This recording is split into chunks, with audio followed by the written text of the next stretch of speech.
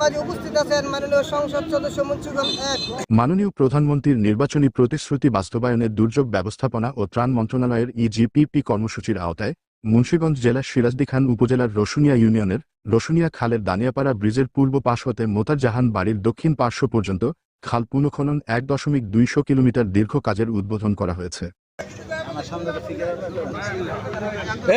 শনিবার ২৫ এপ্রিল সকাল ১০টার দিকে উপজেলা নির্বাহীর অফিসার রুম্পা ঘোষের সভাপতিত্বে মুন্সিগঞ্জ ১ আসনের সংসদ সদস্য শেখ মোহাম্মদ আবদুল্লাহ খালের পুনঃখনন কাজের উদ্বোধন করেন।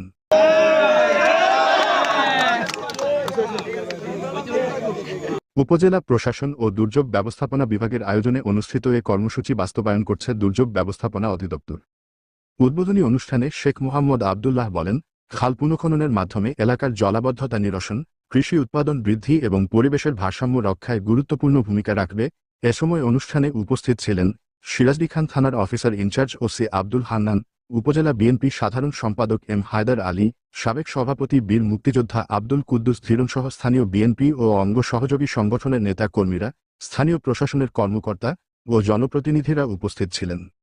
আপনারা জানেন, আমাদের সরকার, আমাদের দলের প্রধান, আমাদের মনের মানুষ, বাংলাদেশের প্রধানমন্ত্রী তারেক রহমান, তিনি নির্বাচনের আগেই কথা দিয়েছিলেন প্রায় ২০,০০০ কিলোমিটার খাল খনন করবেন।